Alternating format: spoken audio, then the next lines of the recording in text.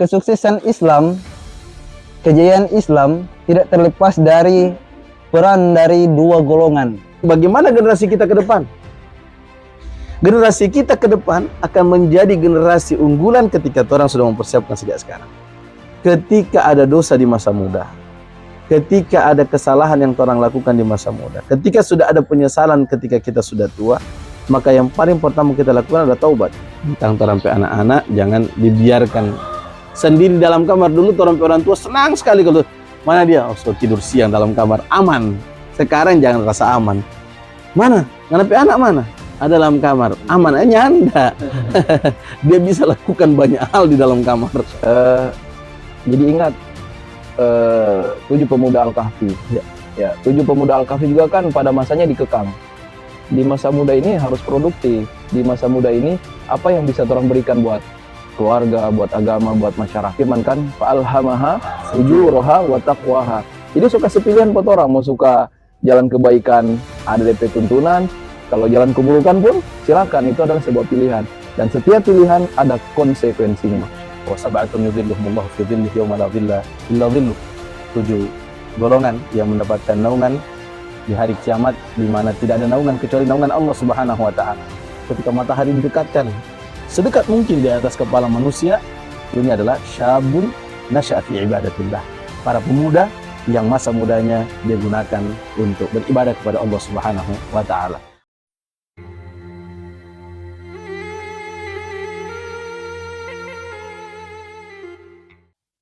Assalamualaikum warahmatullahi wabarakatuh.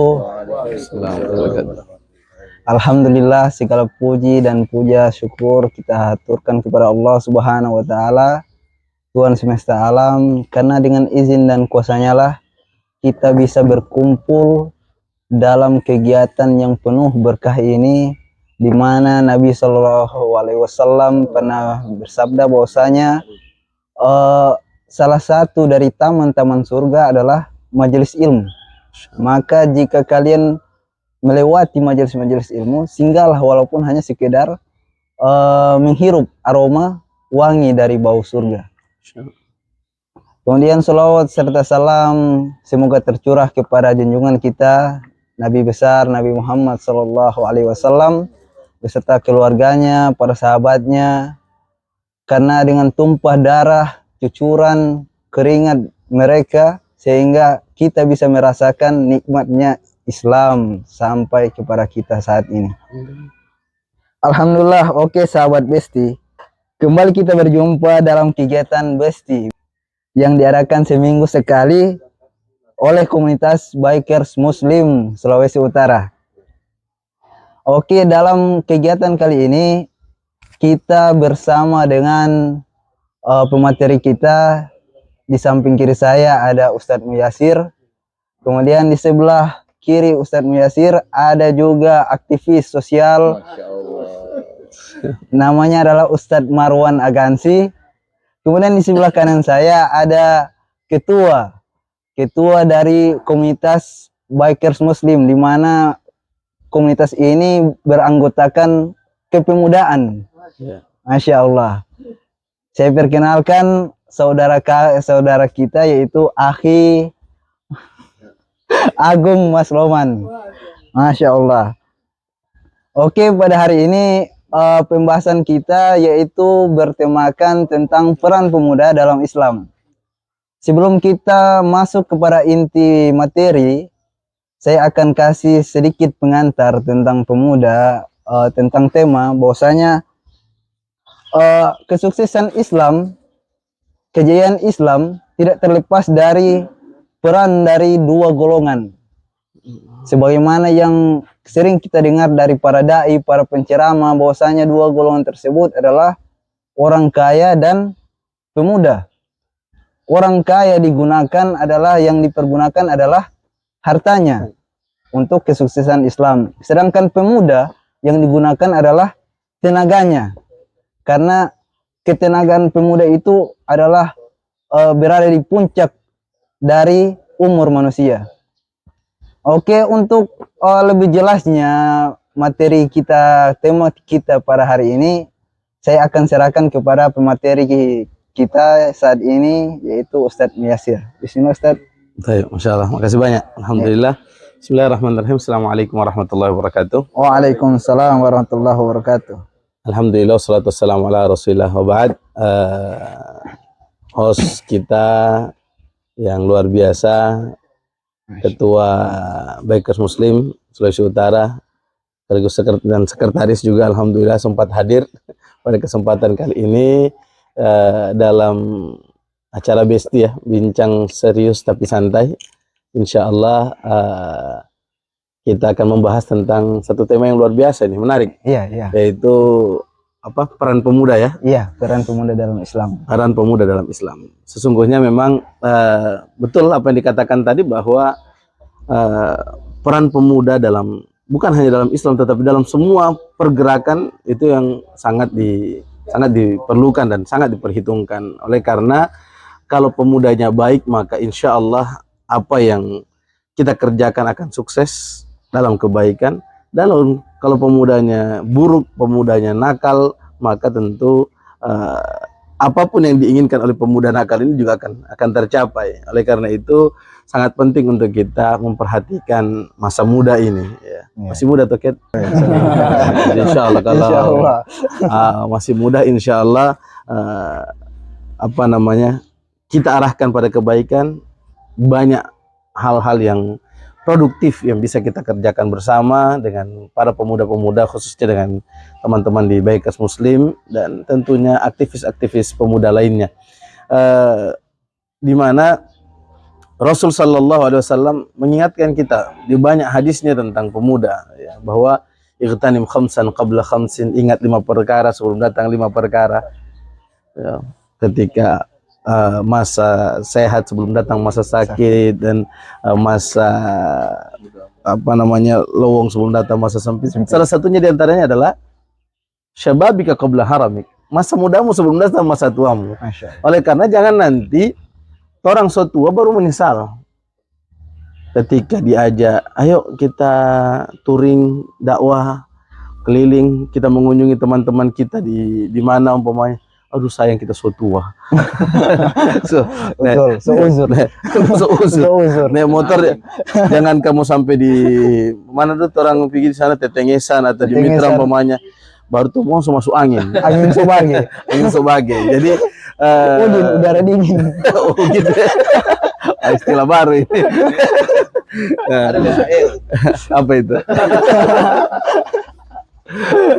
Jadi ketika kita mau jalan umpamanya, ya mau dakwah saja, kita mau keluar, aduh so gampang masuk angin, ya. Mau makan ini dalam dakwah ada makanan di siaga, aduh asam urat, kolesterol dan seterusnya. Jadi sehingga masa tua akhirnya jadi penyesalan. Iya, benar. Jadi manfaatkanlah masa muda sebelum datang masa tua, ya. Manfaatkan dalam hal apa? Tentu dalam hal kebaikan. Jangan kita mengikuti kata orang, nikmati masa muda ini, ya kan? Iya. Orang masih muda, foya. Ya. Apalagi kalau ditegur sama orang tua, apalagi pernah muda. Iya.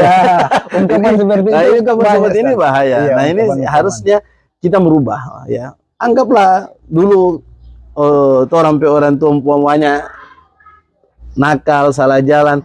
Mulai dari sekarang justru orang yang berubah. Jangan lagi papa le pernah muda, mama le pernah muda. Jadi mengerti juga anak muda. Anak sekarang ini harus kita luruskan. Jangan kenakalan orang tua umpamanya. Mudah-mudahan nyanda ya. Tapi ada orang tua yang nakal kemudian jadi contoh yang buruk buat anak-anaknya dan menjadi keterusan. Apakah torampe anak-anak juga nanti akan mengikuti torampe kesalahan? Tentu orang tidak mau. Maka orang maunya yang baik-baik. Bagaimana yang kita angkat pada kesempatan yang lalu ya, bahwa didiklah anakmu 25 tahun sebelum dia lahir. Iya. Maksudnya apa? Ketika kita mengharapkan generasi kita, anak-anak kita menjadi anak-anak yang generasi unggul, generasi harapan, maka sejak sekarang terus mempersiapkan dengan bagaimana kita menjadi contoh, menjadi teladan buat anak-anak kita yang akan datang. Ya, di dalam hadis yang lain Rasul Shallallahu Alaihi Wasallam mengatakan dan lebih mengkhususkan anak muda. Bahkan di dalam sabda Nabi SAW, lan tazula qadama 'abdin yaumal qiyamati hatta yus'alu an arba. Tidak akan bergeser kaki seorang hamba di hari kiamat sampai dia ditanya tentang 4 perkara. Ada beberapa riwayat. Salah satu riwayat yang mengatakan an umrihi fima afna wa an umrihi fima afna wa an shababihi fima ablah wa an ilmihi madza amila bihi wa an mali min aina iktasaba wa fima anfaqa. Dan dia tidak akan bergeser kakinya di hari kiamat sampai ditanya 4 perkara. Yang pertama, tentang umurnya bagaimana dia habiskan, dan tentang masa mudanya bagaimana apa yang dia lakukan. Jadi umur dengan masa muda dipisahkan. Umur secara keseluruhan dan masa muda secara spesifik, apa yang kita lakukan di masa muda. Ini mengingatkan bahwa umur kita, wabil khusus masa muda kita, akan dipertanggungjawabkan. Apa yang kita lakukan di masa muda kita? Ketika kita masih muda, apakah kita lewati dengan foya-foya? Apakah kita sia-siakan terampai waktu dengan kongko-kongko yang tidak ada manfaat, ya, dibandingkan pemuda-pemuda harapan yang lainnya, ya. Oleh karena itu, ini menjadi perhatian serius buat orang tua dan kita semua yang tentunya masih muda tuh orang semua. Ya, insya Allah. Ya, jadi untuk lebih berpikir produktif dan lebih bermanfaat untuk umat. Di dalam Islam, jangan berpikir sekarang Islam ini besar, ya. Islam ini luar biasa, bahkan di seluruh penjuru dunia ini Islam itu ada. Nah, bagaimana dengan as-sabiqunal awwalun? Bagaimana dengan para sahabat-sahabat yang masuk Islam, yang membawa agama Islam, memperjuangkan agama Islam, berjihad di jalan Allah Subhanahu wa taala? Usia mereka, jangan sampai orang berpikir, oh, Ali bin Abi Thalib itu so tua. Ali bin Abi Thalib anak muda. Bahkan masih sangat belia, di bawah 10 tahun, usia 7 tahun masuk Islam. Bagaimana dengan Usamah bin Zaid? Usamah bin Zaid panglima perang. Panglima perang di masa Rasulullah SAW dipersiapkan, di masa Abu Bakar As-Siddiq, kemudian dia memimpin perang. Usianya berapa tahun? 18 tahun. 18 tahun. Di mana tuh orang waktu 18 tahun? Dibanding Usamah bin Zaid.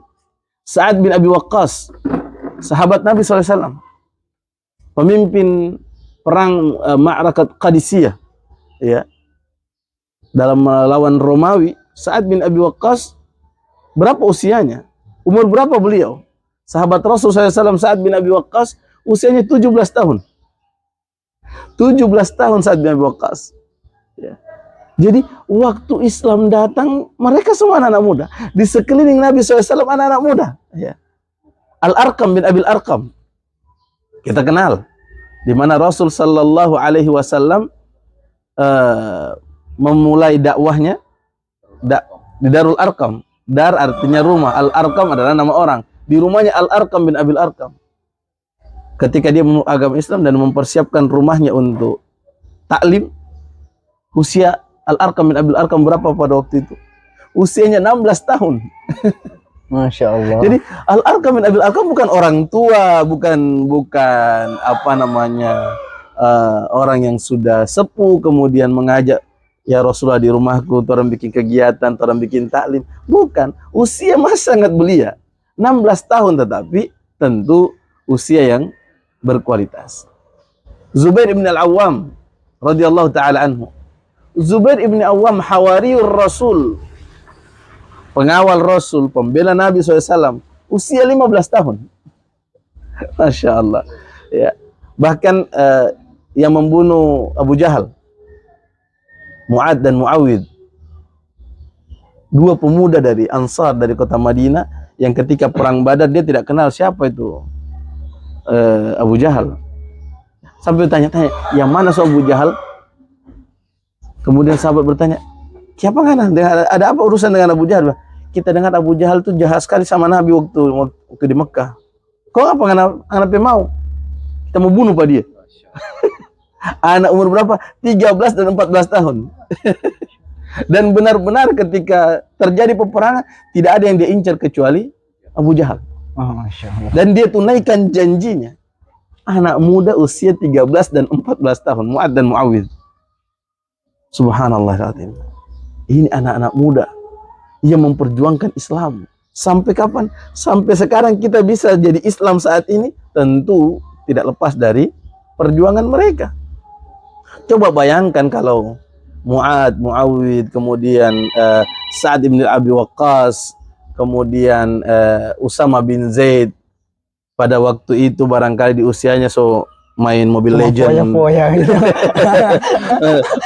main PUBG, main Free Fire umpamanya, ya. Benar. Coba bayangkan kalau mereka habiskan waktunya untuk main game, untuk kongko-kongko, mungkin orang belum Islam sekarang. Nabawiyah berubah, Ustaz. Sirah Nabawiyah berubah. Coba bayangkan, karena mereka mengisi masa mudanya dengan perjuangan, ingin melakukan yang bermanfaat, betul-betul diisi dengan keimanan, maka tentu alhamdulillah ada hasilnya dan orang rasakan. Nah sekarang bagaimana generasi kita ke depan? Generasi kita ke depan akan menjadi generasi unggulan ketika orang sudah mempersiapkan sejak sekarang.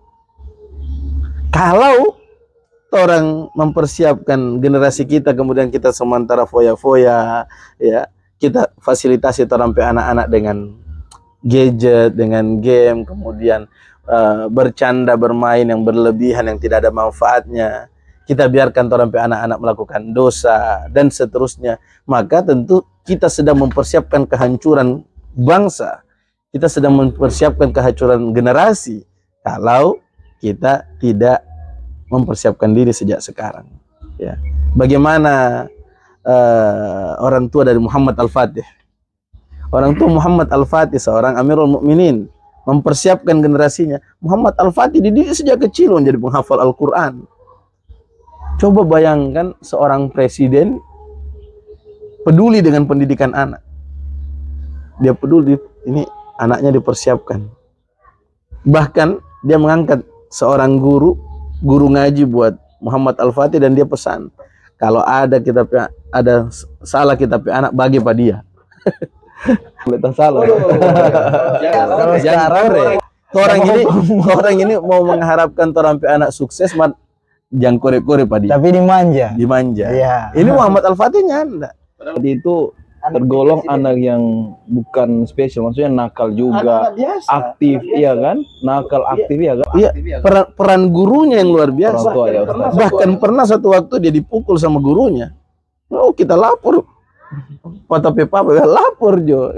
Papa yang suruh begini. Akhirnya jadi.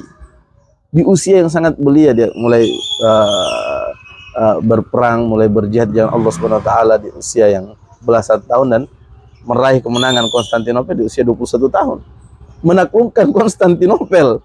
Subhanallah. Masya Allah. Yang mana Rasulullah SAW bersabda bahwa sebaik-baik pemimpin adalah pemimpin yang menaklukkan Konstantinia. Iya. Ni'mal amiru amiruha.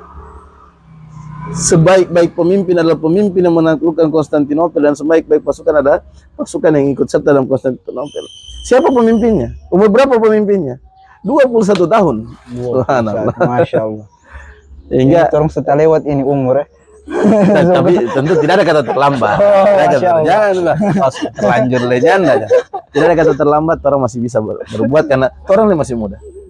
Kemarin kita tulis Sumpah Pemuda, sumpah kita masih muda. Benar. Ya, kita masih muda. Insya Allah orang masih bisa berbuat. Insya Allah belum ada asam urat toh. Jadi belum datang, belum ada. Jadi sekarang kan anak muda nih so asam urat, so kolesterol. Jadi ya mudah-mudahan orang juga tetap jaga kesehatan, ya. Jangan sampai tadi igtanim khamsan qabla khamsin, salah satunya adalah sehat agak qabla sakamik, ya, sehatmu sebelum datang masa sakitmu. Jangan nanti so sakit-sakit baru apakah waktunya kita masih sehat-sehat kita hendak berbuat yang lebih, siapa tidak ini. Nanti so sibuk-sibuk baru orang, apakah dulu waktu kita masih muda banyak sekali waktu kosong, boleh kemana, boleh berdakwah, boleh belajar, boleh ini dan itu, tapi sekarang so tua saya. So tua orang kasihan. Jadi orang manfaatkan dengan sebaik-baiknya waktu yang diberikan oleh Allah Subhanahu wa taala. Jadi insya Allah ini yang kita harapkan pada diri kita, teman-teman kita, tentunya buat generasi kita yang akan datang yang melanjutkan perjuangan ini untuk mengawal bangsa kita, mengawal pemuda-pemuda masa kini untuk menjadi pemuda masa depan, insya Allah. Insya Allah. Amin. Silakan. Oke, Ustaz. Sebelum Ustaz, saya mau bertanya tadi. Siap. Ustaz. Tadi kan disinggung tentang Nabi Shallallahu Alaihi Wasallam memisahkan antara umur dan masa muda. Ya. Ya. Itu maksudnya gimana, Ustaz? Kenapa Nabi memisahkan antara definisi dari umur dan definisi dari masa Ya. muda? Taib. Definisi umur dan masa muda. Tentunya saya katakan tadi bahwa ada beberapa riwayat tentang hadis ini. Yang satunya sama dengan teks yang sama, lan tazula qadama 'abdin yaumal qiyamati hatta yus'alu an arba', tidak bergeser kaki seorang hamba sampai dia ditanya tentang 4 perkara, an umrihi fima afna wa an syababihi fima ablah. Tentang umurnya bagaimana dia lewati dan masa mudanya bagi apa yang dia lakukan. Meskipun dalam hadis yang lain di sini dikatakan wa anjas jasadihi fima ablah, tentang anggota tubuhnya apa yang dia lakukan. Nah, tetapi kita membahas satu hadis ini. An syababihi fima ablah, tentang masa muda apa yang telah dia lakukan di masa mudanya. Ini menunjukkan konsen Rasulullah SAW pada usia muda. Kenapa? An umrihi fima afna, tentang umur apa yang bagaimana dia lalui. Tentunya sepanjang umur akan ditanya oleh Allah SWT, khususnya ketika usia balik, sudah mulai dihitung bagaimana sholatnya, bagaimana pergaulannya, bagaimana baktinya, bagaimana dia habiskan waktunya, sampai kapan? Sampai dia meninggal dunia. Dia meninggal dunia usia 60, 70, bahkan 100 tahun, itu semua akan dihisap oleh Allah Subhanahu wa taala. Kemudian kenapa Rasulullah SAW mengatakan wa an syababihi fima abla, tentang masa mudanya? Ini menunjukkan perhatian serius di usia muda. Perhatian Nabi SAW di usia muda. Ini sentilan buat para pemuda. Hai para pemuda, waktu mudamu akan dipertanggungjawabkan. Tidak ada lagi kata-kata nikmati dulu tuh sampai masa muda. Nikmati dengan apa? Nikmati dengan dosa. Nikmati dengan apa? Nikmati dengan maksiat, waliyadzubillah. Sudah saatnya pemuda masa kini harus sadar bahwa masa muda akan dipertanggungjawabkan di hadapan Allah Subhanahu wa taala. Anak muda yang tidak sholat sudah dihisap. Anak muda yang berzina sudah dihisap. Anak muda yang minum minuman keras sudah dihisap. Anak muda yang ugal-ugalan sudah dihisap oleh Allah Subhanahu wa taala. Sebagaimana anak muda yang sholat, sebagaimana anak muda yang rutin puasa sunnah Senin Kamis, sebagaimana anak muda yang berinfak bersedekah, sebagaimana anak muda yang rajin di masjid, anak muda yang mengaji, anak muda yang menghafal Al-Quran juga akan mendapatkan ganjaran terbaik di sisi Allah Subhanahu wa taala. Ya, jadi bukan hanya umur sepanjang umur kita, konsen Nabi SAW wa an syababihi fima ablah, tentang masa mudanya. Apa yang telah dia lakukan di masa mudanya. Nah, ini tentunya menjadi sentilan buat kita para pemuda. Insya Allah kita bisa mempertanggungjawabkan itu di hadapan Allah Subhanahu wa taala. Wallahu a'lam bishawab. Siap. Rentang itu yang disebut masa muda itu dari umur berapa sampai umur berapa itu? Oh, Masya Allah. Terus kalau misalkan orang nggak tahu dan problema masa muda itu bagaimana, orang lewati, kedepannya itu harus bagaimana supaya dang bisa terlanjur yang iya, kemarin. terlanjur terlewati. Iya, iya. Masya Allah.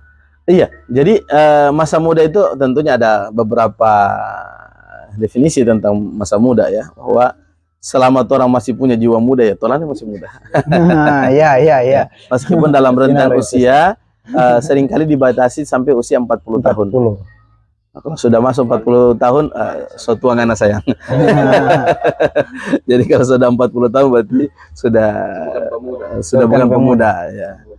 Jadi dibatasi sampai usia 40 tahun, namun usia 40 tahun sekalipun kalau masih aktif, masih jiwa muda, maka tentu masih dituntut untuk produktif, masih dituntut untuk berbuat lebih layaknya adik-adiknya yang masih muda tadi, yang masuk dalam kategori pemuda. Jadi insya Allah usia itu paling tidak menjadi standar kita.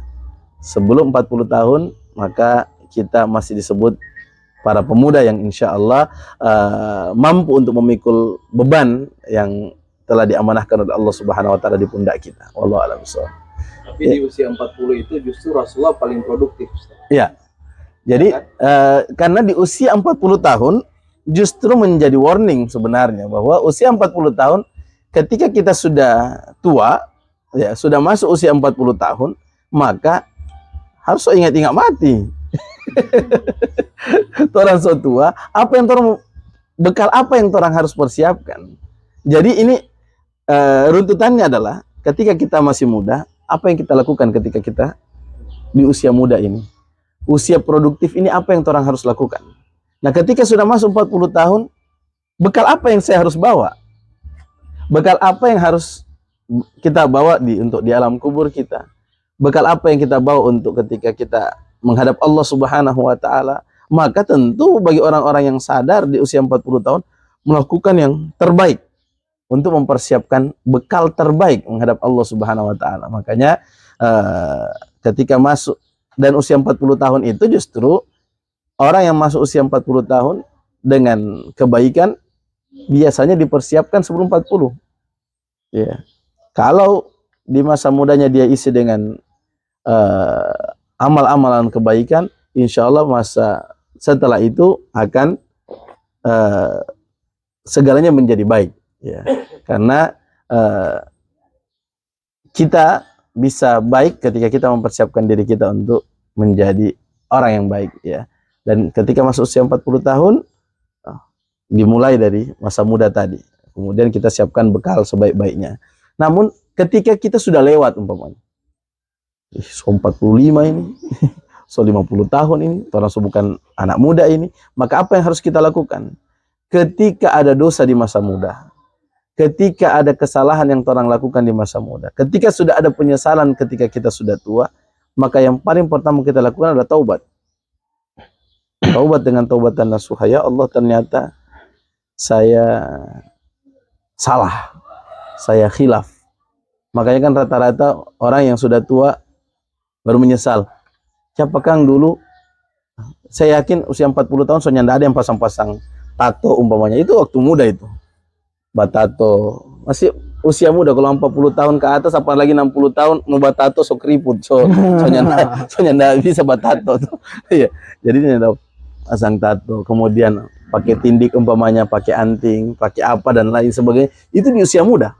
Di usia muda. Maka ketika kita sudah masuk usia tua, baru kita lihat, ya Allah, sungguh masa muda saya lewatkan dengan hal-hal yang seperti ini. Umpamanya ini masih ada tato. Kita sudah mulai bertobat kepada Allah SWT. Tato ini ya ditutupi. Tidak ada lagi kewajiban untuk menghapus sebenarnya. Kalau menghapusnya harus dengan menyakiti, ya. Ini dulu kan orang kalau kita mau ini maka disetrika biasanya, setrika menyakiti, dan tentu ini tidak dibenarkan untuk menyakiti diri sendiri untuk dalam rangka taubat. Cukup kita tutup. Kecuali kalau sekarang ada hapus tato yang tidak sakit, laser umpamanya. Kalau kita punya doi dan laser itu mahal, maka orang tetap berikhtiar hapus tato itu. Ya, kita bertobat. Tapi kalau tidak mampu, kemudian ada lagi hapus tato gratis sekarang, ya. Di beberapa daerah sudah digencarkan hapus tato gratis, maka orang ikut. Tapi ternyata susah juga karena hapus tato gratis ini syaratnya harus menghafal. Aduh, orang yang tidak biasa menghafal, mau dia hapus tato harus menghafal, yang tidak bisa umpamanya, ya sudah. Ketika tidak mampu maka cukup orang taubat, tarkudz dzunubi wal ma'asi, tinggalkan dosa, nadam ala mafat, kita sesali dosa tersebut, kemudian kita bertekad untuk tidak kembali, minimal ditutup. Karena banyak juga orang, saya sudah tobat, ya, dari tato, tetapi tetap dia tampakkan. Harusnya ketika banyak ada tato di sini, ya, ada tato di sini, harusnya kita pakai lengan panjang terus. Kenapa? Meyakini bahwa ini dosa sebenarnya. Saya malu dengan dosa saya, maka saya tutupi. Jangan, oh, saya sudah tobat tetapi masih menampakkan, ya, maka pada hakikatnya dia belum menyesal. Kalau menyesal, tutupi semaksimal mungkin, kecuali yang tidak bisa ditutupi, contoh di wajah tidak bisa ditutupi, ya sudah, tetap ada rasa penyesalan. Jikalau sekiranya bisa diulang, saya tidak akan tato ini. Jika sekiranya bisa dihapus, saya mau hapus ini. Tetapi kalau memang sudah tidak memungkinkan, ya sudah ditampakkan, tetapi ada perasaan menyesal dari dalam. Itu yang pertama. Kemudian yang kedua, ketika kita menyesal, apa yang harus orang lakukan? Ya tentu mengganti tarampe kelalaian, tarampe kekhilafan yang masa lalu dengan amal-amalan kebajikan. Alhamdulillah Allah masih beri kesadaran. Alhamdulillah Allah masih beri hidayah. Alhamdulillah Allah masih beri kesempatan untuk bertobat. Allah masih beri kesempatan untuk berbuat yang lebih baik. Maka orang memanfaatkan waktu, memanfaatkan hidayah yang Allah berikan untuk amal kebaikan yang lainnya. Wallahu a'lam. Oke, Ustaz. Saya mau bertanya ke Ustadz. Jadi sudah dicontohkan tadi para sahabat di usia-usia muda justru menjadi tulang punggung Nabi, ya, perjuangannya itu luar biasa. Kalau kemudian mau lihat trompe pemuda hari ini, kan, kira-kira apa yang salah, Ustadz? Dari mungkin sistem pendidikan kah? Atau pola asuh keluarga kah? Atau seperti apa? Sehingga orang lihat trompe pemuda ini justru lebih menikmati hidup dengan cara hal yang kurang bermanfaat, main game dan sebagainya. Apa yang keliru, Ustaz? Baik. Mal mas'ulu anha bi'a'lam minas sa'il. Tidaklah yang bertanya lebih tahu daripada yang ditanya. Karena beliau adalah seorang pendidik. Tentunya punya apa namanya? Kapabilitas lebih daripada orangnya tentang pendidikan. Tapi dalam pandangan pribadi, apa yang salah? Benar yang dikatakan tadi bahwa pendidikan iya, pola asuh keluarga iya, lingkungan iya. Jadi semua ini sudah berperan aktif dalam merusak generasi. Pendidikan kita, apa namanya, pendidikan keluarga, pendidikan di sekolah dan seterusnya.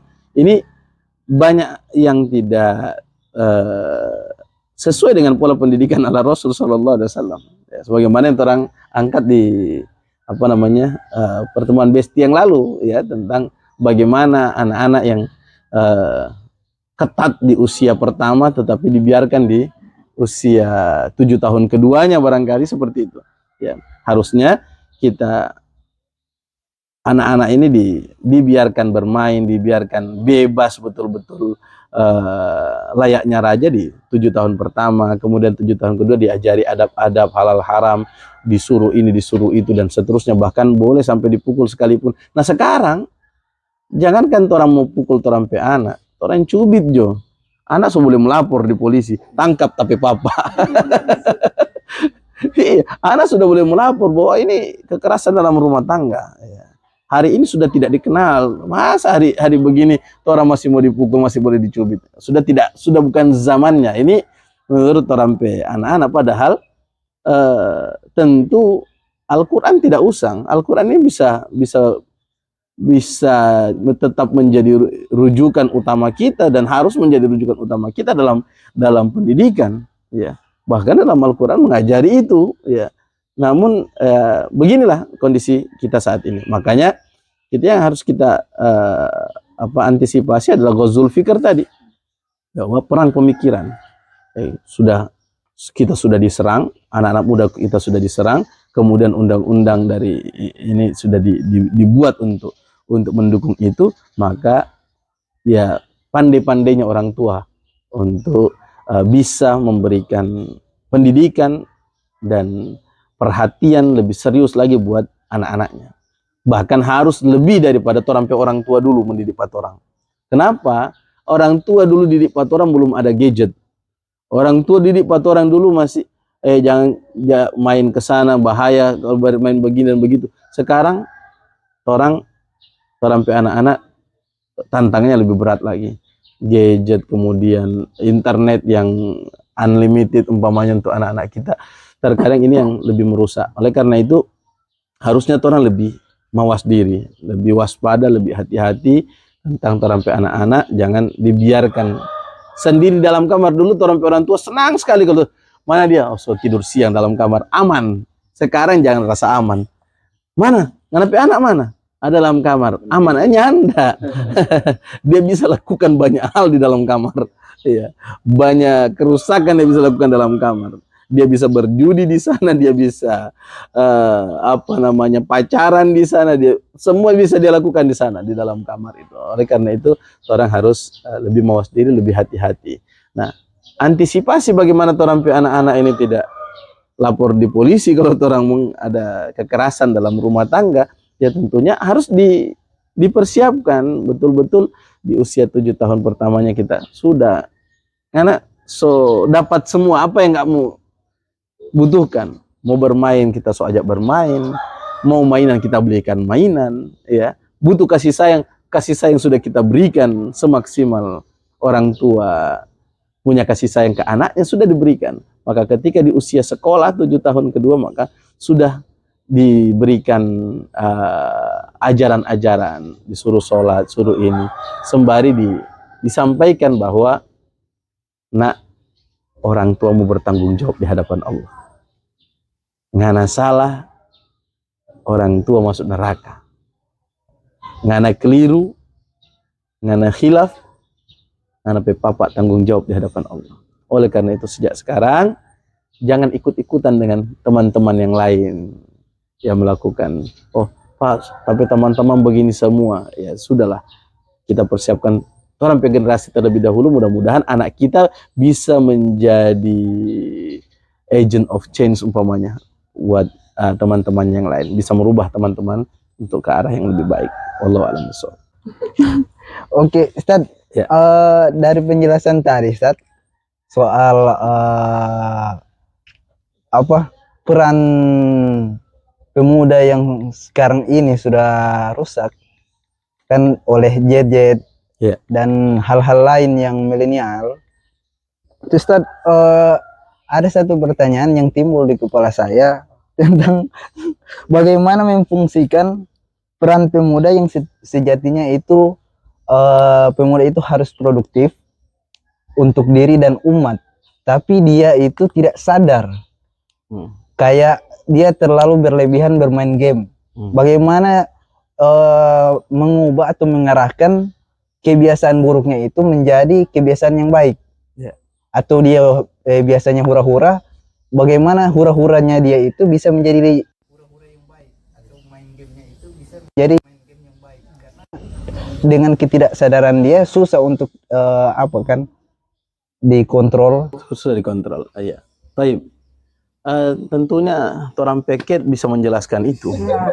Coba jelasin. Iya. Bagaimana seorang pemuda ketua bikers yang bisa mengalihkan, kalau tadi spesifik ke game. Iya. Nah sekarang lebih besar lagi daripada game sebenarnya geng motor. Iya.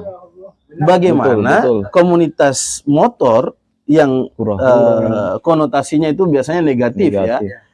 Kemudian bisa dikumpulkan dalam satu wadah yang lebih bermakna. Ya. Kira-kira bagaimana, Kat? Ini inisiatif membentuk dan mengumpulkan anak-anak muda Sulawesi Utara dalam dalam komunitas motor ya. Kemudian bisa bikin bikers muslim, dan ini tentunya salah satu solusi dan dakwah real Masya Allah untuk para pemuda. Nah, kira-kira apa yang melatar belakangi itu? Terima kasih. Mungkin ya sedikit cerita tentang apa alasan supaya bisa terbentuk ini bikers muslim. Mungkin dari pengalaman saya yang lalu tentang komunitas motor. Mungkin kebiasaan di situ sih yang saya dapati ya kurang bermanfaat dalam arti kalau untuk kehidupan sosial sih kalau dibandingkan dengan persentase ya mungkin manfaat di situ hanya 40% lah, 60% kurang. Ya mungkin di situ hanya kongko-kongko ya berbicara tentang dunia dan kurang untuk kita membahas tentang kehidupan setelah dunia. Ya mungkin di sini alasan saya ingin adalah di sebuah komunitas yang lebih bermanfaat. Ya alasannya itu mungkin dengan hobi istilahnya hobi jalan-jalan dengan motor apa bisa lebih bermanfaat. Dengan adanya komunitas ini mungkin kita bisa jalan-jalan sambil berdakwah dengan hobi kita, hobi motor yang tidak ditinggalkan, tapi ditambah dengan adalah dakwah-dakwah dan perbaikan iman kita. Ya. Nah, mungkin pandangan dari saya. Masya Allah, luar biasa. Jadi bukan jangan tinggalkan hobinya. Iya. Hobinya tetap, tetapi terarah. Sama dengan game pada hakikatnya. Game itu haram atau tidak? Tidak haram. Enggak haram. Game itu mubah, boleh. Touring haram atau tidak? Touring itu halal, mubah. Tetapi bagaimana mengarahkan agar tidak berlebihan. Touring keliling kemudian tanpa tujuan, ya. Tapi kalau touringnya dalam touring dakwah, ya, touring kemudian kegiatan sosial, mengajak orang-orang, karena sangat susah loh untuk mengajak anak-anak geng motor untuk kajian itu gimana caranya? Iya. Karena ya, iya, orang yang tidak pernah jangankan mau kajian, sholat lainnya anda umpamanya kan, tapi bisa diajak tentu. Kita harus mengetahui bagaimana apa namanya pergaulannya mereka dan seterusnya. Maka diajak dengan cara seperti ini. Kayak yang pernah dilakukan oleh Ket Agung, bagaimana supaya sholat subuh berjamaah. Touringnya yang jam 3:30. Orang sholat subuhnya di mana? Maka tentu dari jam 2 so bangun, jam 3 so bangun. Ini bukankah ini adalah satu pola pendidikan yang luar biasa? Ya, orang boleh mau bangun malam, kemudian orang ke apa namanya sholat subuh berjamaah, kemudian setelah itu kajian dan luar biasa. Ini kegiatan-kegiatan yang sangat positif. Tentu bagaimana para gamers ini menciptakan dan belajar banyak dari orang Peket. Bikers Muslim ini. Kira-kira siapa tahu nanti bikin game tapi gamenya yang sekarang kan banyak ya game sifatnya kajian, mendidik, ada ujian apa namanya bacaan sholat umpamanya. Ada sekarang game-game seperti itu, bacaan sholat dan seterusnya. Ini sangat iya, sambung ayat. Ada game-game sambung ayat. Itu luar biasa. Hobi tidak ditinggalkan, tetapi dimanfaatkan. Ya. Sebagaimana masa muda tidak bisa orang bilang, saya tidak mau muda dan saya takut dengan usia muda, tidak bisa. Pasti orang mau lalui. Tapi bagaimana orang mengarahkan? Allah a'lam bishawab. Ini pertanyaan untuk tiga pemateri ini. Ini pertanyaan. Ini karena ini kepemudaan kan itu. Ini punya sejarah perjuangan sosialis kan, dan ini agamais. Jadi pertanyaan saya ini tentang bagaimana pandangan dari Ustadz Yasir, Ustadz Marwan dan Ket Agung tentang kritisnya pemuda yang dikekang dari segi agama dan sosial. Kalau misalkan geng motor itu kan dikenal kritis dan radikal. Ketika kebebasannya dia akan menjadi radikal, frontal. Nah, itu kan sekarang ini kalau misalkan kritisnya geng motor itu arahnya baik tapi dicegah, itu kan ada yang tidak adil di situ. Dan juga kan pandangan dari media sekarang ini juga itu para pemuda yang kritis itu dibungkam, tidak bisa untuk menyuarakan apa yang menjadi kebaikan. Dan juga di dalam agama Contohnya dalam kajian-kajian yang berbau keras, itu kayak filsafat, itu kayak ada fanatik tidak bisa menyentuh filsafat gitu loh. Kan ada isu-isu seperti itu. Jadi bagaimana pandangan atau pendapat dari ketiga pemateri kita saat ini dari geng motor, bagaimana kritisnya geng motor itu, bagaimana respon dari geng motor ketika kritisnya itu dikekang oleh misalkan oknum-oknum yang menilang, padahal geng motor itu yang misalkan Kit Agung itu motor dakwah itu memang taat aturan, tapi tetap kena tilang. Bagaimana itu? Ya mungkin kalau dari istilah geng motor, ya itu dari pandangan masyarakat, memang kalau komunitas motor itu sudah buruk dari sebelum-sebelumnya. Mungkin dari komunitas kita sekarang bikers muslim mungkin mulai perlahan-lahan akan merubah stigma masyarakat itu tentang masalah komunitas motor. Mungkin dari situ kita bisa menunjukkan ke masyarakat bahwa kita ini komunitas motor yang mungkin tidak sama dengan yang dahulu-dahulu sebelum-sebelumnya itu. Insya Allah. Ya, mungkin hanya itu. Kita nanti menutup Jo. Ustaz kesimpulan. Toh? Ya. Oke. Iya, Ustaz DP kesimpulan. Jadi kalau dari saya sepakat dengan apa yang disampaikan ketua. Jadi memang tugas kita adalah mengubah stigma masyarakat tentang geng motor, bahwasanya tidak semua sebenarnya geng motor yang seperti dikatakan orang sukanya brutal dan sebagainya. Itu trompet tugas memang, dan itulah justru DP lahan dakwah justru di situ, mengubah itu dengan cara kegiatan-kegiatan yang positif begitu. Jadi ingat 7 pemuda Al-Kahfi. Ya, 7 pemuda Al-Kahfi juga kan pada masanya dikekang. Ya kan, mereka dikekang bagaimana seorang raja yang zalim pada saat itu, tapi kemudian mereka tidak lantas mengikuti apa yang diarahkan oleh raja tersebut. Itu kan kalau di zaman tersebut raja tersebut membuat patung di depan kerajaannya, setiap orang lewat harus hormat di patung tersebut. Tapi 7 pemuda Al-Kahfi tidak melakukan itu gitu. Jadi mereka betul-betul tidak kekang. Justru mereka caranya adalah hijrah, iya kan? Hijrah dari tempat tersebut, mereka bersembunyi di Gua Al-Kahfi sehingga Allah melindungi mereka selama 300 ditambah 9 tahun. Itu justru jadi orang semangat gitu. Harus hijrah dong. Hijrah dari keburukan ke hal-hal yang baik. Nah, itu trompet tugas sama-sama gitu. Trompet tugas sama-sama bagaimana mengajak semua elemen masyarakat, ya, wabil khusus itu pemuda yang memang jadi tulang punggung masyarakat, tulang punggung bangsa, tulang punggung agama.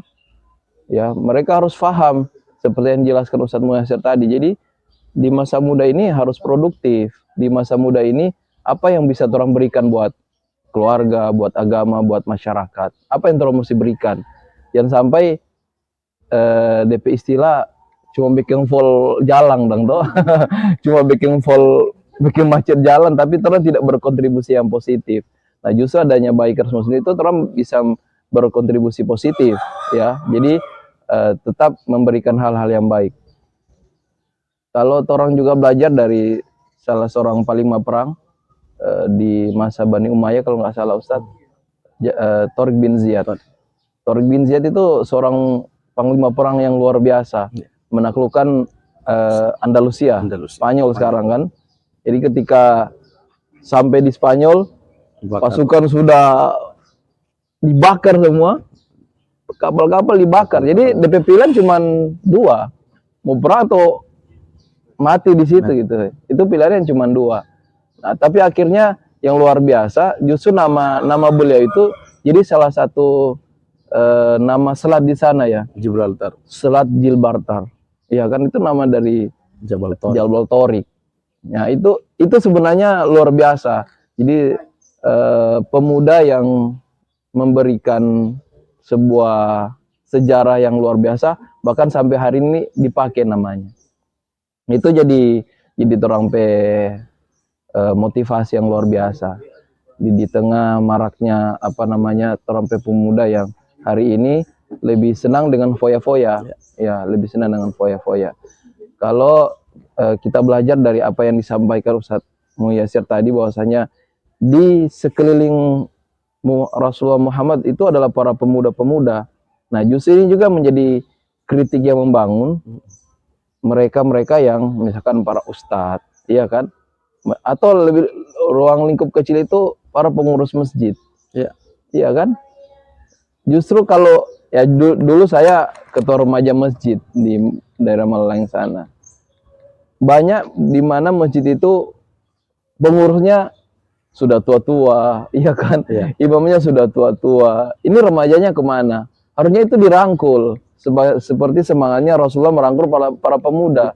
Iya kan? Kan dorang itu tulang punggung. Kalau abis ini orang-orang tua, siapa lagi yang mau urus ini masjid? Harusnya ini menjadi kritik dan semangat para orang tua.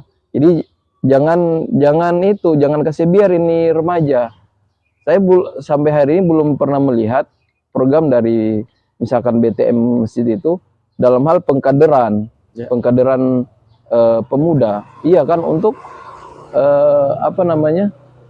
kelangsungan ini masjid, dakwah masjid. Ini belum sampai hari ini saya belum lihat, karena kebanyakan itu pasti orang tua, anak muda itu kebanyakan itu cuma celengan masjid dan di luar.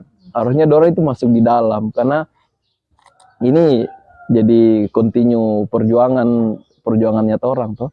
Ini jadi juga PR buat orang bikers muslim. Siapa tahu orang pedawa ini setelah ini dari kemarin agak mati suri Kang Ustadz. Ya. Ya mudah-mudahan ya itu kayaknya dakwah ya Ustadz. Jadi ada naik, ada turun. Ya, tapi jangan sampai keluar. Kalau naik turun kan itu wajar Kang, tapi jangan keluar masuk. Tapi hawa itu jangan masuk pas dia keluar Kang. Tapi kalau naik turun, ketika turun boleh mau kasih naik. Tapi kalau dia keluar, susah sekali mau kasih masuk. Begitu. Jadi mudah-mudahan ke depan, khususnya bikers muslim di Manado, bisa mengambil peran penting dalam dakwah, khususnya bagi para pemuda yang hari ini lebih senang dengan hal yang foya-foya. Dan memang semoga orang bisa merubah paradigma para pemuda. Jangan sampai anak-anak muda berpaham nih, masa muda ini harus foya-foya lah. Toh, tolong nikmati masa muda. Silakan menikmati masa muda, tapi nikmati dengan hal-hal yang positif yang bermanfaat. Mungkin itu saja. Jadi kita lagi ke Ustadz. Kalau jadi tersisa Ustadz pertanyaan tentang agamais dan kritis dalam hal agamais yang dikekang dan kritis dalam hal sosial kayak pemerintah, ketika pemuda kritis kepada pemerintah tapi dikekang. Jadi Ustadz dapat double. Boleh Ustadz? Ya, pertama tentu tadi ya tentang image pemerintah, tentang anak-anak muda, teman-teman pecinta motor dan seterusnya. Kita nggak bisa salahkan 100% pandangan aparat, pandangan pemerintah tentang generasi muda yang seperti ini, karena memang konotasinya sudah seperti itu. Geng motor ya ugal-ugalan, kemudian brutal, kriminal dan seterusnya. Dan tentunya yang layak dapat penghargaan nanti ke bikers muslim. Masya Allah. Karena inilah yang merubah image sebenarnya. Dan harusnya teman-teman bikers dan pecinta motor di luar sana harus berterima kasih sama bikers muslim. Kenapa? Karena ini yang akan merubah image. Bahwa suatu waktu ketika bikers muslim bersuara, kritisnya tetap ada. Tetapi kritik yang membangun. Kritiknya tetap ada, tetapi kritisnya yang betul-betul dalam hal kebaikan. Tidak sekedar kritis, tidak sekedar menentang kebijakan pemerintah, tetapi memang ini demi kebaikan bersama. Dan insya Allah nanti bikers muslim akan bekerja sama dengan aparat. Mungkin nanti ada bikers muslim di polisi, ada bikers muslim di tentara, ada bikers muslim di mana. Dulu kan ada bikers muslim yang di Di TNI Angkatan Laut ada, di kepolisian ada, kemudian ada yang pengacara juga. Ya. Jadi insya Allah ini merubah image bahwa hobinya tidak ditinggalkan, tetapi tujuannya yang harus diarahkan. Ya. Oh, nikmati masa muda. Bukan berarti kalau orang kajian berarti tidak orang nikmati masa muda. Nikmati masa muda dengan kajian, nikmati masa muda dengan apa namanya hal-hal yang kebaikan dan seterusnya. Iya. Kemudian betul yang dikatakan Ustaz Marwan tadi bahwa pola komunikasi barangkali, ya, orang PBTM terhadap anak-anak. Masa masjid anak-anak dilarang masuk? Bagaimana ini ke depan? Saja Iya, kalau ribut langsung dapat bagi, dapat ini, menjauhkan anak-anak dari masjid. Padahal memang dunianya mereka dunia bermain. Dunia mereka dunia bermain. Tinggal diarahkan bagaimana kreativitas Badan Takmir Masjid dalam apa namanya mendidik anak-anak, mengarahkan anak-anak yang hobi bermain. Bagaimana kreativitas BTM Masjid terhadap remaja masjidnya. Jangan hanya memperhatikan orang-orang tua saja. Mau khusyuk sendiri, DP anak khusyuk main game. Iya. Wah, sudah di sana juga ini daripada anak ke masjid ini juga. Banyak ini game umpamanya. Betul. Sudah ke masjid, anak bermain saja. Seakan-akan masjidnya hanya untuk orang-orang tua, padahal tidak demikian. Ya, oleh karena itu Badan Takmir Masjid yang mempersiapkan itu apa namanya mendorong dan memupuk cinta masjid buat anak-anak dan generasi muda yang ada di sekitar masjid. Ya, jadi tadi bahwa pola komunikasi. Nah sekarang tentang sikap kritis para pemuda yang seringkali dibungkam ya. Tentunya pertama kritis ini tanya pada diri sendiri. Apakah benar kita ikhlas dalam mengkritik? Ya. Ketika kita mau mengkritik sesuatu, mengkritik kebijakan, apakah benar ini betul-betul dari hati dan berniat untuk melakukan perubahan? Karena terkadang banyak juga aktivis, wah kritik luar biasa anti korupsi, pas jadi anggota DPR justru paling pertama masuk KPK. Iya, ada beberapa oknum yang seperti itu kan. Jadi jangan sampai seakan-akan siapapun presidennya harus kita demo. Siapapun menterinya pasti kita demo. Tidak ada kata tidak demo dan seterusnya. Sampai yang baik-baik sekalipun carikan kesalahan buat kita demo untuk menunjukkan eksistensi seorang pemuda. Wah, tidak ada, kerjain kotoran yang tidak kritik ini dia ya kan. Jadi bukan berarti saya turut membungkam, tidak. Pertama tanya pada diri sendiri, apakah benar yang kita bawakan adalah kebaikan, kebenaran dan berdasar dari keikhlasan. Kalau ikhlas, lanjutkan. Tetap orang harus kritis. Tetap orang harus karena pemuda-pemuda tadi agent of change ya, bahwa kita ini agen perubahan. Yang kalau orang pemudanya diam, maka tentu pemuda yang memiliki kekuatan yang luar biasa berarti mengharapkan begini-begini terus dan tidak ada perubahan. Nah, kemudian tadi sempat disentil masalah pelajaran filsafat umpamanya. Membungkam filsafat, tidak boleh belajar filsafat dan seterusnya. Apakah benar-benar mempelajari filsafat itu hukumnya haram? Tidak boleh sama sekali. Tentu tidak demikian. Jangankan filsafat, ya. Ada satu ungkapan bahwa tidak akan mengetahui satu kejelekan kecuali kita harus tahu apa namanya, bagaimana jeleknya pergaulan tersebut atau dunia tersebut, ya. Tetapi sudah siapkah mental kita untuk itu? Sama dengan filsafat. Jangan mengatakan para ulama kita tidak tahu tentang ilmu itu, ilmu filsafat. Akan tetapi sudah siap atau belum? Jangan sampai sama dengan anak-anak. Kira-kira pisau ini bagus atau tidak? Bagus. Bisa kupas mangga, bisa potong semangka, bisa ini. Tapi bahaya atau tidak? Bahaya juga. Buat anak-anak bahaya. Begitu pula dengan ilmu filsafat.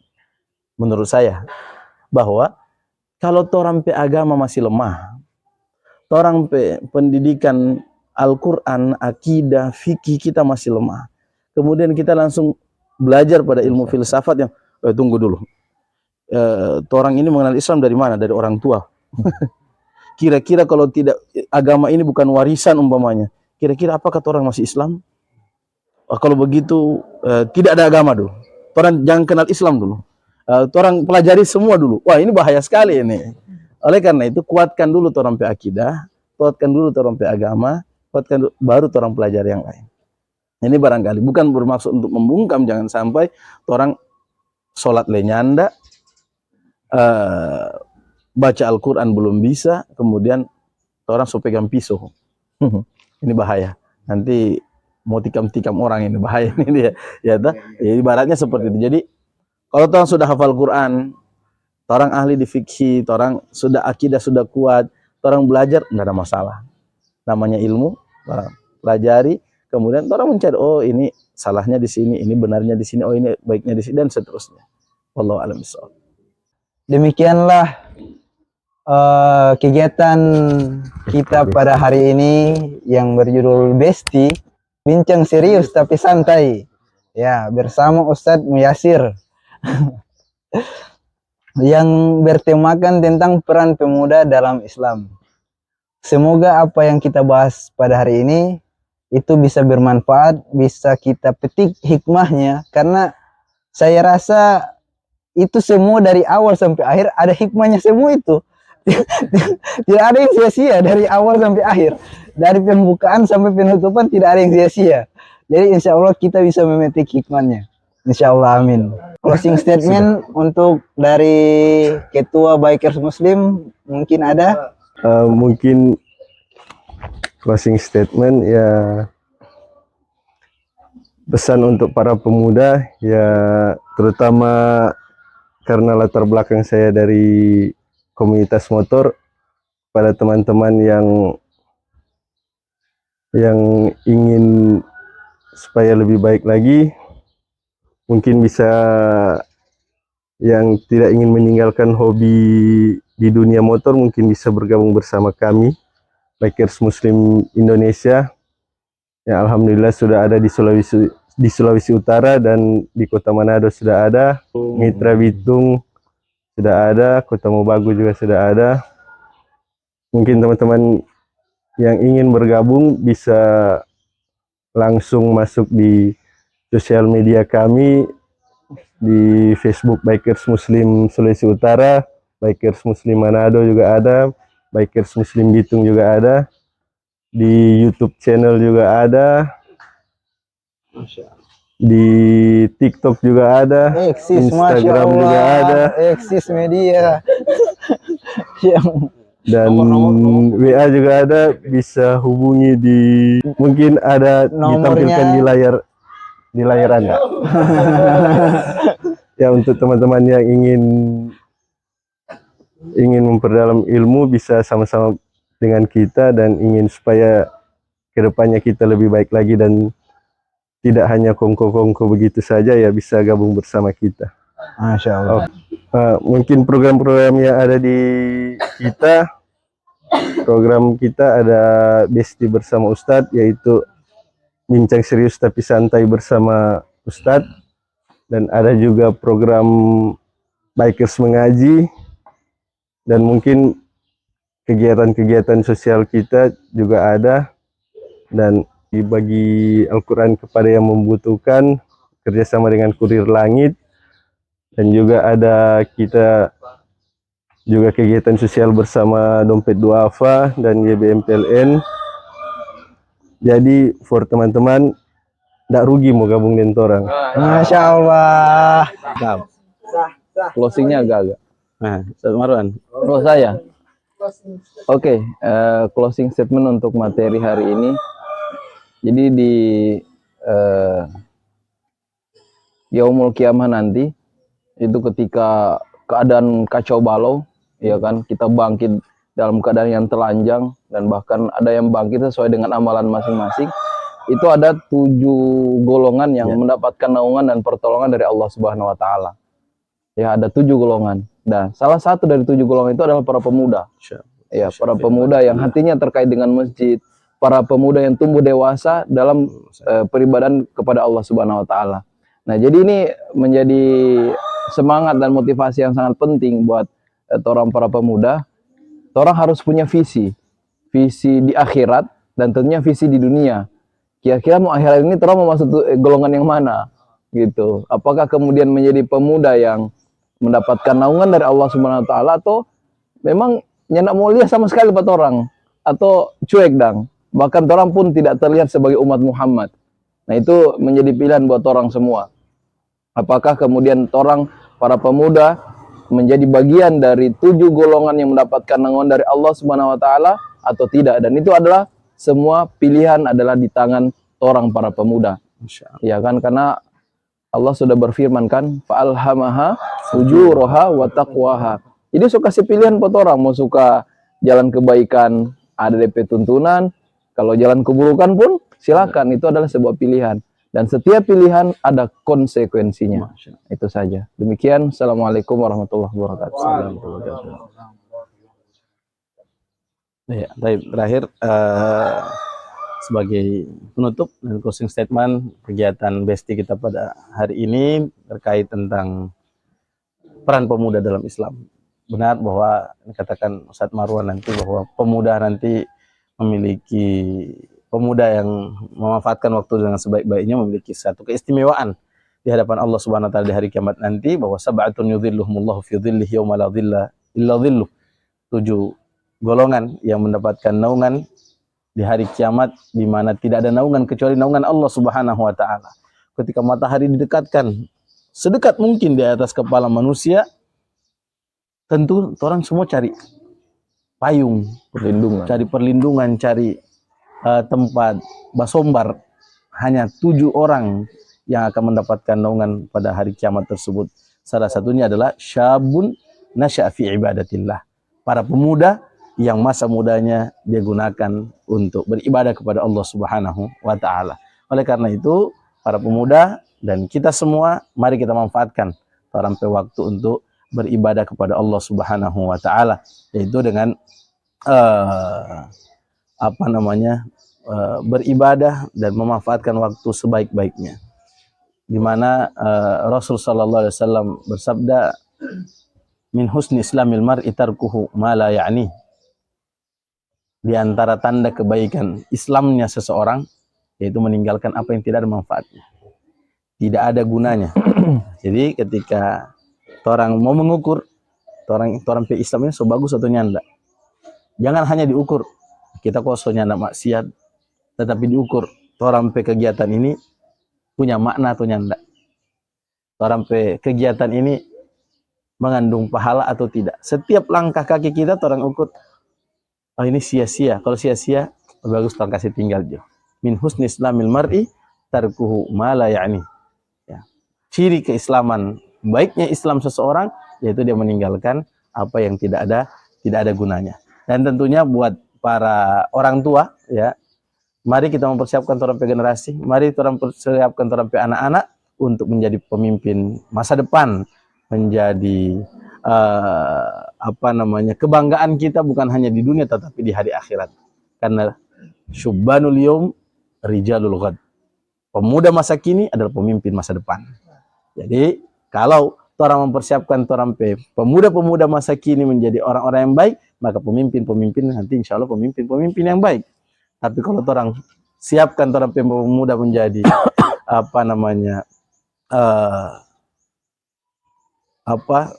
pada kemaksiatan, orang biarkan pada dosa dan kelalaian, maka pada hakikatnya orang sedang mempersiapkan pemimpin-pemimpin yang tentunya tidak baik untuk bangsa kita, untuk agama kita, untuk komunitas kita yang akan datang. Oleh karena itu insya Allah mari persiapkan diri kita, persiapkan generasi kita menjadi generasi yang dapat diandalkan, menjadi generasi menjadi kebanggaan orang tua di dunia, di alam kubur, bahkan di hari akhirat kelak nanti. Kenapa? Karena di dunia nanti kita bangga dengan orang pe anak-anak dengan berbagai prestasi. Masya Allah, anak saya punya nama baik di masjid barangkali. Di alam kubur nanti ada orang tua yang dipukul oleh malaikat di alam kubur. Tiba-tiba satu waktu malaikat ini berhenti. Orang tua bertanya, lima taqifu min darbi. Kenapa engkau berhenti wahai malaikat? Kenapa tidak memukulku hari ini? Istighfari waladika laka. Karena ada anakmu yang beristighfar untukmu. Masya Allah. Di hari kiamat nanti ada orang yang mendapatkan istana yang megah di surga. Ya Allah, anna li hada, dari mana ini? Amalku biasa-biasa saja. Ada anakmu yang berdoa untukmu, ada anakmu yang beristighfar untukmu. Nah ini, mari kita persiapkan generasi muda kita, anak-anak yang kita tinggalkan menjadi anak-anak yang dapat kita andalkan, anak-anak yang dapat kita banggakan di dunia, di kubur, hingga di hari akhirat kelak nanti. Insyaallah. Allahumma amin. Kembalikan orang ke host.